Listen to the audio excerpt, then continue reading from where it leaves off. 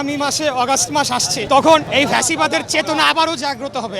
এখন যে ঘটনাটা ঘটলো এর জন্য তারা নতুন করে উৎসাহ পাবে। কাজটা তো করতে হবে বিএনপির রাস্তায় থেকে পাহারা দিয়ে, এই ফ্যাসিবাদদের গলা পাড়া দিয়ে রাখতে হবে। বিপদ যেটা তৈরি হচ্ছে সেটার জন্য সম্পূর্ণভাবে নতুন রাজনৈতিক দল অপরিপক্ক এবং তাদের কোনো অভিজ্ঞতা নাই, তারা দায়ী হবে। কারণ আপনারা জানেন যে সেখানে আমরা 2 দিন আগে থেকেই জানতে পারছি গোপালগঞ্জে গেলে একটা পরিস্থিতি তৈরি হবে, এটা স্বাভাবিক।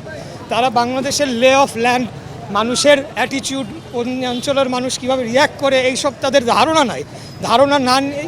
তারা যখন দেখলো পরিস্থিতি উত্তপ্ত, তারপরে তারা সেটিকে আরও উত্তপ্ত করলো এবং এমনও খবর রটানো হলো যে সেখানে শেখ মুজিবুর রহমানের সমাধিস্থল ভাঙা হবে।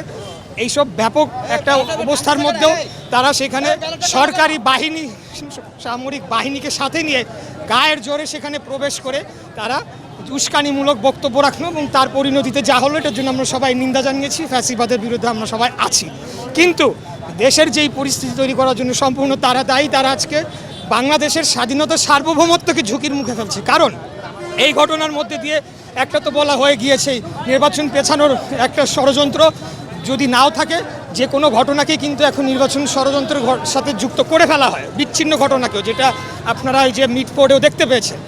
পাশাপাশি এই যে আগামী মাসে অগাস্ট মাস আসছে, তখন এই ফ্যাসিবাদের চেতনা আবারও জাগ্রত হবে। এখন যে ঘটনাটা ঘটলো এর জন্য তারা নতুন করে উৎসাহ পাবে। কাজটা তো করতে হবে বিএনপির রাস্তায় থেকে পাহারা দিয়ে, এই ফ্যাসিবাদদের গলা পাড়া দিয়ে এই বাচ্চাদেরকে বাঁচিয়ে রাখতে হবে, তাদের জীবন আমাদেরকে। অতএব কেন তারা এই ধরনের অপরিপক্ক আচরণ করছে, তারা কি আদৌ একটি রাজনৈতিক দলের নিবন্ধন পাওয়ার যোগ্যতা রাখে কিনা সেই প্রশ্নটা তুলতে হবে, তাদের সেই অভিজ্ঞতাটা হয়েছে কিনা, এটি আমি বলতে চাই। ধন্যবাদ।